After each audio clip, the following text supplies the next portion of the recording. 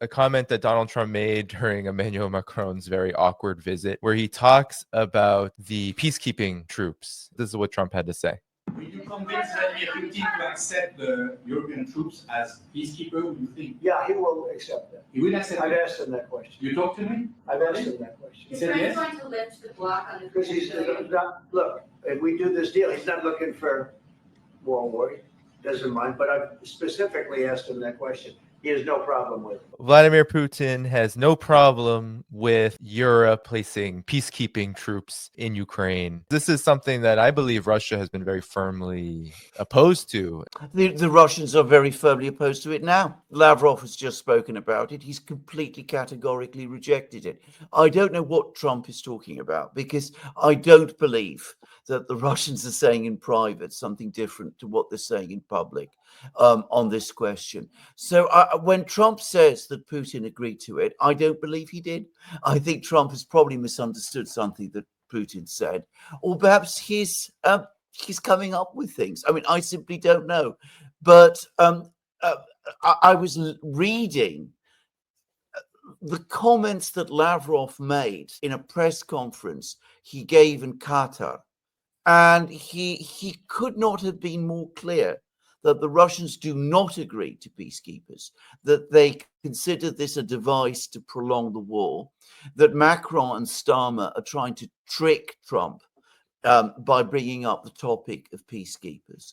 And by the way, this word expression trick was simultaneously used about this whole same topic in articles that appeared in the Daily Telegraph. So again, I just don't understand where Trump got that idea from. The one thing I did think was that maybe he's confused the question of European peacekeepers in Ukraine with the question of Ukraine entering the European Union. Now, the Russians have not in the past objected to that. They've still sticking somewhat to that position. And it may be that Trump misunderstood something that Putin said on this.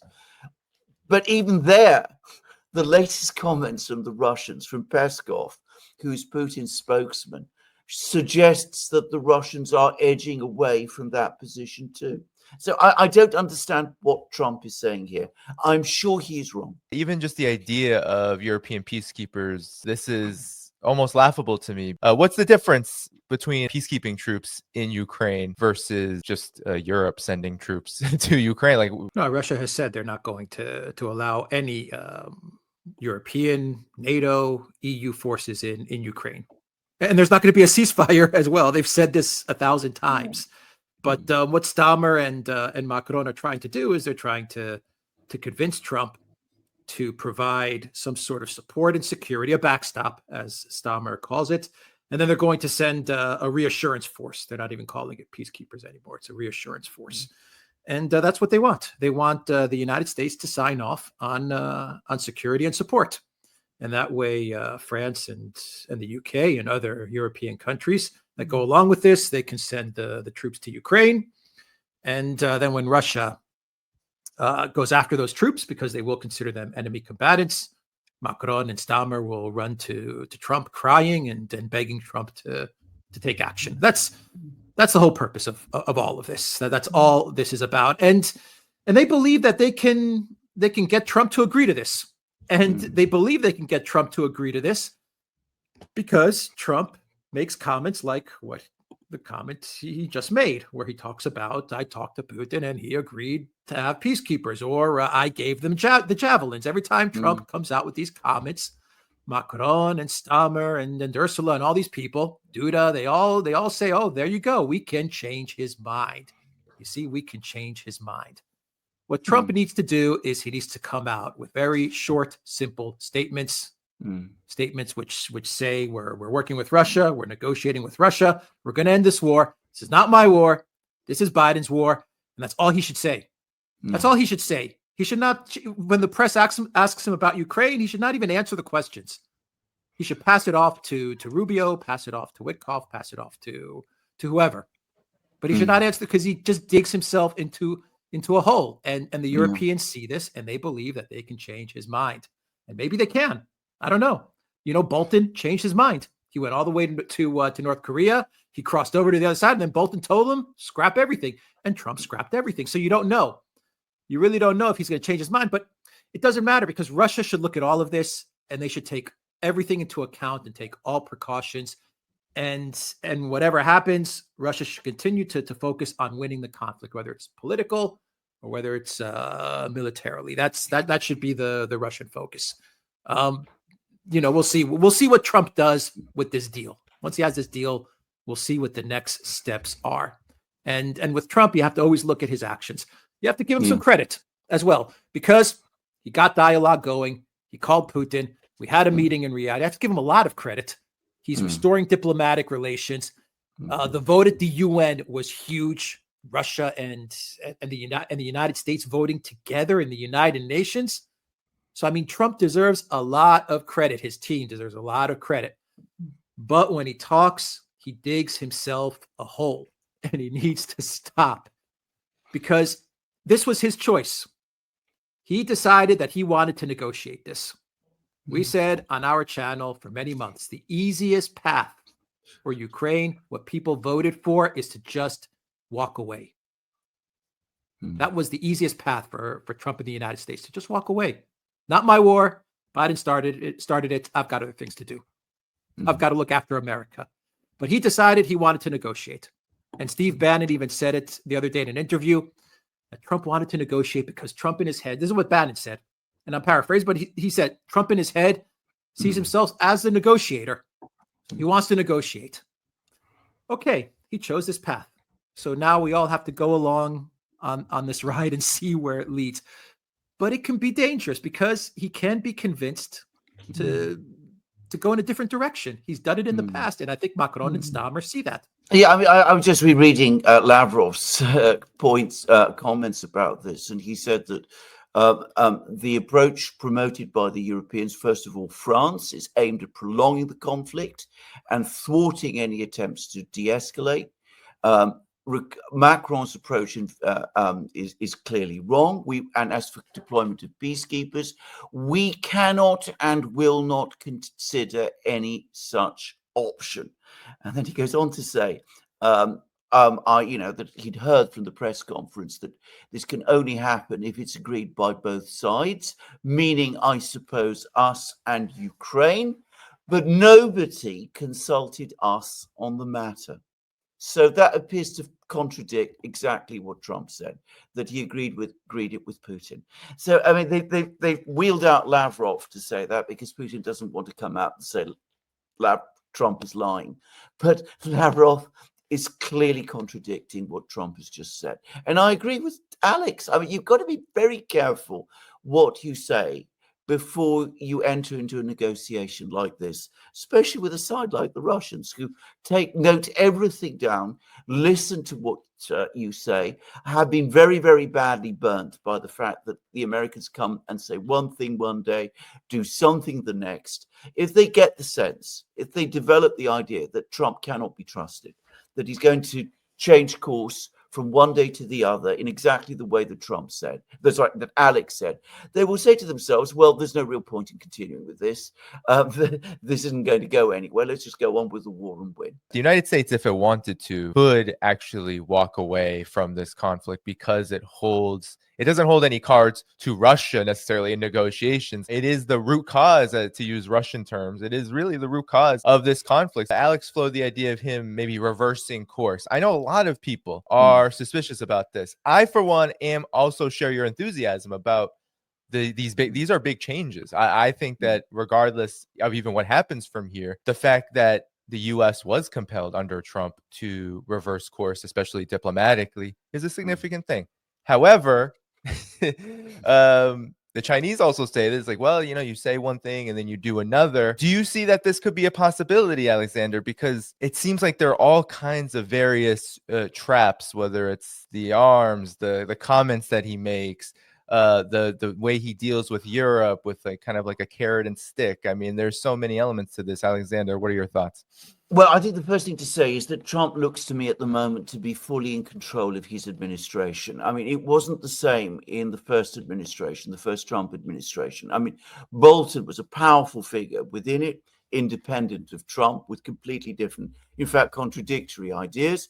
He had lots of allies within the bureaucracy who were assisting him. And that meant that he could bring pressures on Trump, which cannot be brought to the same extent today. So it depends more on Trump himself than it has done at any point now. He is in pole position to make the decisions. And you're absolutely correct. If you're talking about the war, if you're talking about the negotiation with the Russians, specifically on the issue of Ukraine, the Russians hold all the strong cards. They do. But if you're talking about the US's relationship with Ukraine and with the Europeans, it's unequivocally clear that it's the US that holds all the strong cards. Now, it seems to me that a viable course for Trump to take would be this. He can see that the war is being lost. I'm sure he's getting that information now. He's probably got all kinds of wrong information about Russian losses, the Russian economy overheating and perhaps collapsing and doing things of that kind. But gradually, hopefully, he'll come to realize that this isn't really what's going on, at least not in the way that he thinks it is.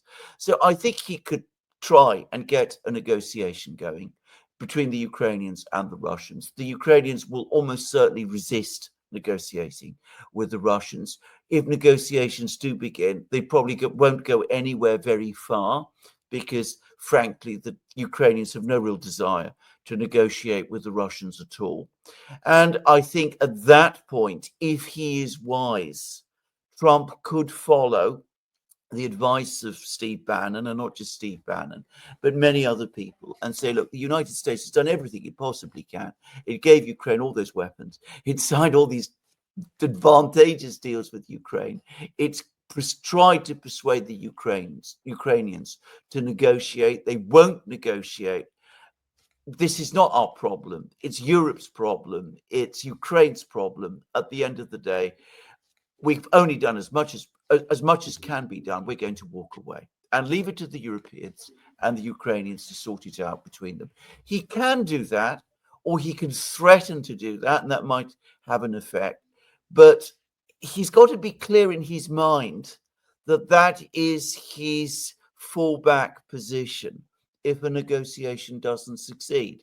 And I'm not convinced at the moment that he does. The Europeans and the UK, they want this. I mean, that's what they're signaling. Yeah. They want this war. So if you're Trump, you do everything that Alexander said. You go through the motions. You try to get Zelensky to negotiate with Putin. He's not. I think we all know he's not.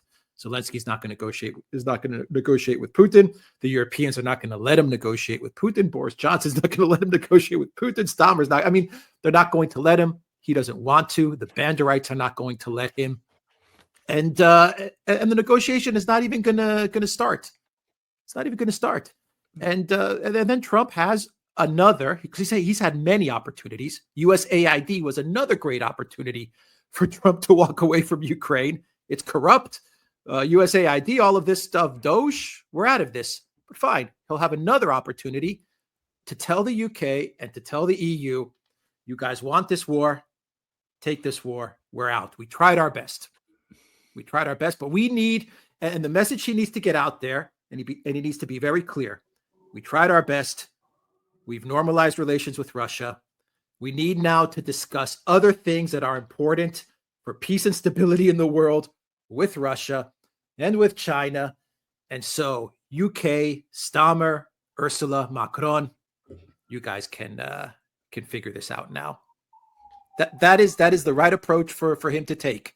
And we've done probably a dozen shows talking about this, probably a dozen shows going 4 to 5 months back, talking about the opportunity that Trump has to disengage for Ukraine. And at the end of the day, this is what the American people want.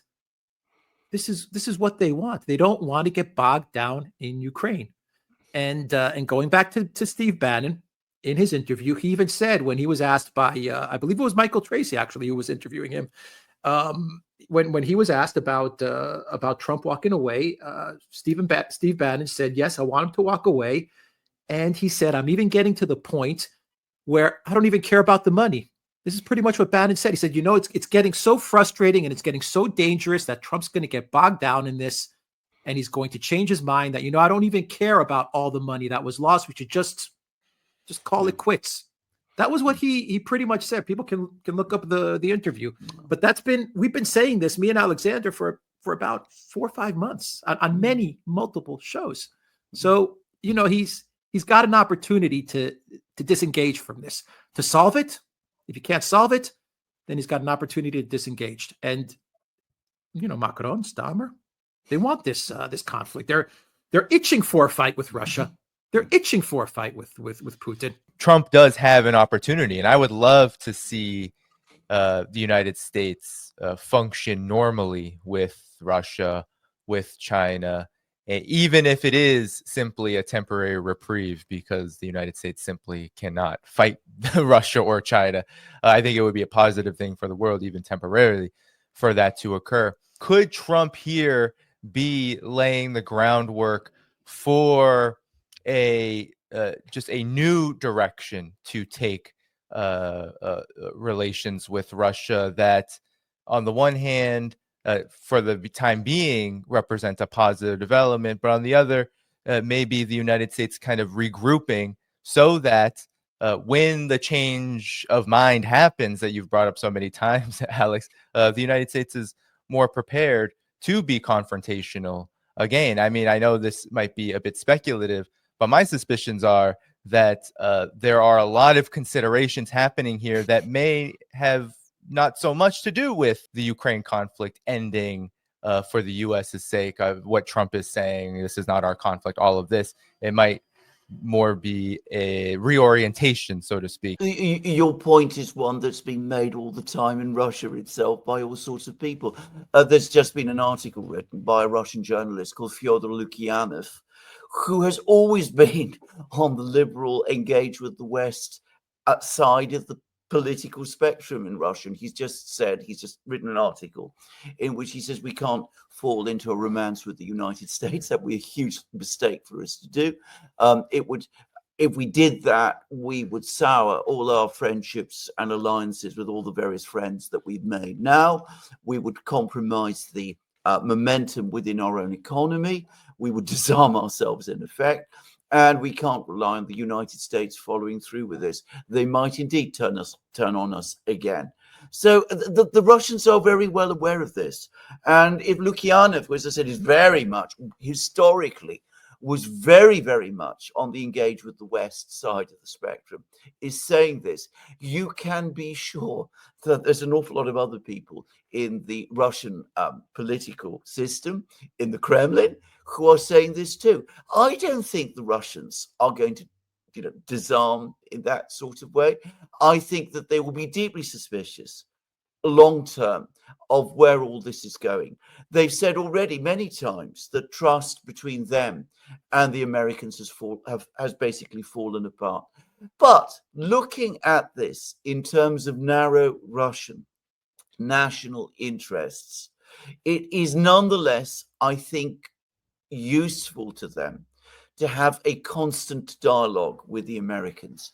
And if they can reach a deal which the Americans will support, which satisfies Russian security concerns in Europe, which resolves the problem of Ukraine in a way that is satisfactory to the Russians, well, why would they not take it, even if they know or fear that in the future the relationship with the United States would sour again? Take what you can now, worry about the problems later, but absolutely don't disarm. I think that's the mood in Moscow.